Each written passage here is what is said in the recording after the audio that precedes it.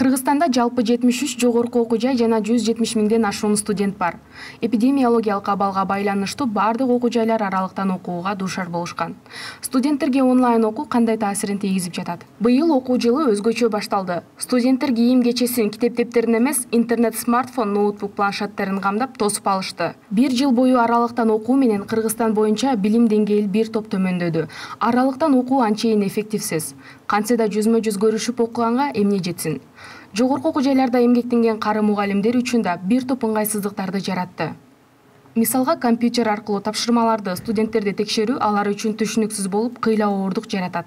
Ошентсе да мугалимдер сабактардын эффективдүүлүгү үчүн видео слайдтарды жасап, студенттерге татыктуу билим берүүнүн үстүндө иштеп жатышат. Университетте студенттерди ар кайсы кесипке үйрөтөбүз да, ар кайсы кесипке билим беребиз. Мисалы үчүн сүйлөмө сабактар деген бар. Медиканкы гуманитарный багыттагы агайларды мен көп эле көрүп жүрөм, алар кыйналып калышты, бирок үйрөнүштү. Ошо үйрөнгөн жагы пайда болду. Терс жактары болсо, мисалы үчүн математикада биз чыгарып беришибиз керек, физикада лабораториянын иштерди көргөзүш керек. Мен ойлойм, химия, биологияда аякта да лаборатория иштер бар. А онлайндан канча лабораторияда? Эми, конечно, бияктан программадан алып чыгып көргөзсө болот. Бар, а бирок мындай жөн көргөзүп колу менен деметкенге жетпейт. Онлайн аралыктан окутуунун бул мажбурлук да, ушундай ыкмамен окуганга, бирок мунун бир артыкчылыктары, кемчилик жагы да болду. Бир жагынан баягы жандуу пикирди алышып, мындай тескей отуруп, аудиторияларда өткөргөн сабактын жакшы жактары бар. Ал жерде көп мүмкүнчүлүктөр болот, ашыкча суроолор, жандуу пикир алмашуу, суроолорго жооп берүү дегендей. Бул бир жагы. Бирок экинчи жагы пандемия мезгилинде жанагыдай аралыктан окутуу болуп калганда жаңы технологиялардын, маалымат технологияларынын мүмкүнчүлүктөрүн колдонууну үйрөнө башташты да. Анан ошол жагынан алып караганда, бир жагынан ушу онлайн режимде окутууда мугалимдер дагы, анан жоопкерчиликти сезген студенттер дагы даярданганга мындай көбүрөөк мүмкүнчүлүктөр да болду. Анан тапшырмалар дагы, мисалы үчүн менин мисалымда көбүрөөк тапшырмалар, анан сабакка даярдануу, жанагыдай лекцияларга көрсөтмө куралдарды, жанагыдай тиги PowerPoint сыяктуу программаларды, карталарды пайдалануу сыяктуу нерселер, ошолорду көрсөтүү жагынан даярдык көргөнгө мындай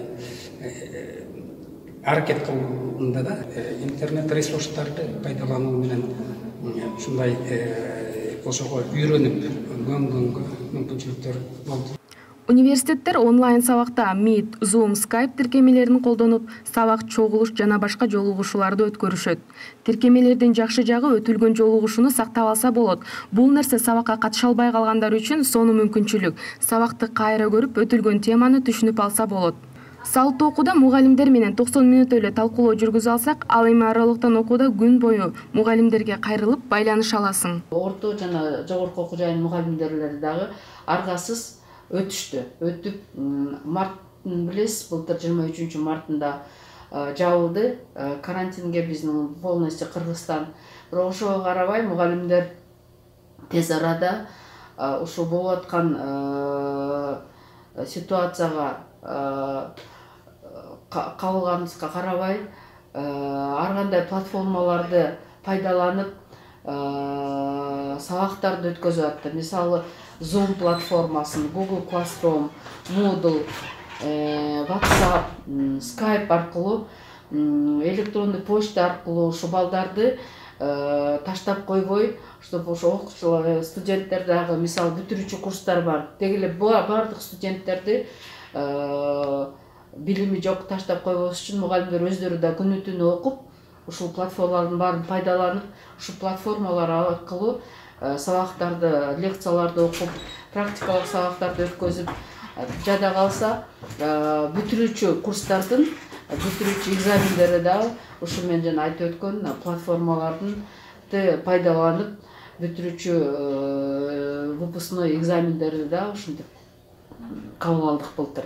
Университеттердин көбү аралыктан окууда Кыргызстандын АВН порталын колдонууда. Ал эми эл аралык жеке университеттердин өзүнүн системалары бар. Платформалар окуу көпүрөсү. Алар аркылуу окуп, иштеп, сынактарды тапшырып жатабыз. Бул боюнча айта турган болсом, онлайн окуунун оң жактары дагы, терс жактары дагы бар. Ушул жылы онлайн окуудан ошол терс жактарынан жапа чеккен адамдар көп болду. Мисалы айтсам, окуучулардын окууга болгон кызыгуусу жоголду, сабактын бир кандайдыр бир эффективдүүлүгү, катышуусу, ошондой эле жанагындай мугалим менен окуучунун ортосундагы конфликттер көп жаралды. Мисалга айта турган болсом, окуучулардын балким алар толуу райондордо, региондордо жашаган окуучулар болот, балким интернети жок окуучулар болуп калды, ошолорду мугалимдер түшүнгөн жок.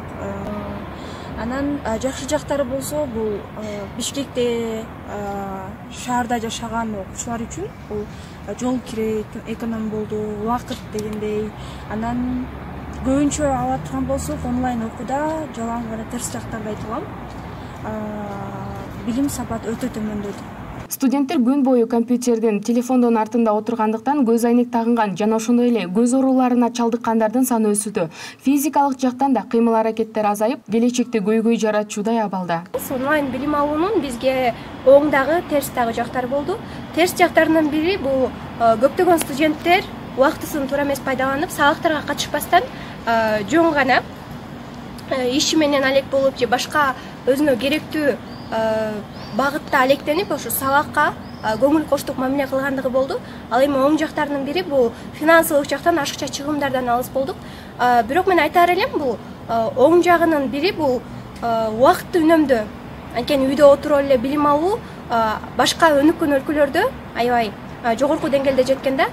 Студенттер үйүндө отуруп сабак окуу менен транспорт, түштөнүү жана башка нерселерге акча коротушпайт. Үй бүлөсүнө жардам берип, бош убакытты туура пайдаланып, интернеттен көптөгөн пайдалуу нерселерди үйрөнүү менен өздөрүн өнүктүрүп жатышат. Күттүрбөй келген пандемия бир топ кыйынчылыктарга учуратты. Ага карабастан Азия өлкөлөрүндөгү Казакстан, Өзбекстан жана башка мамлекеттерге караганда онлайн окууну жакшы өздөштүрө алдык. Бул тууралуу Билим министрлигинен билдиришти. Жыйынтык кандай болоорун убакыт көрсөтөт.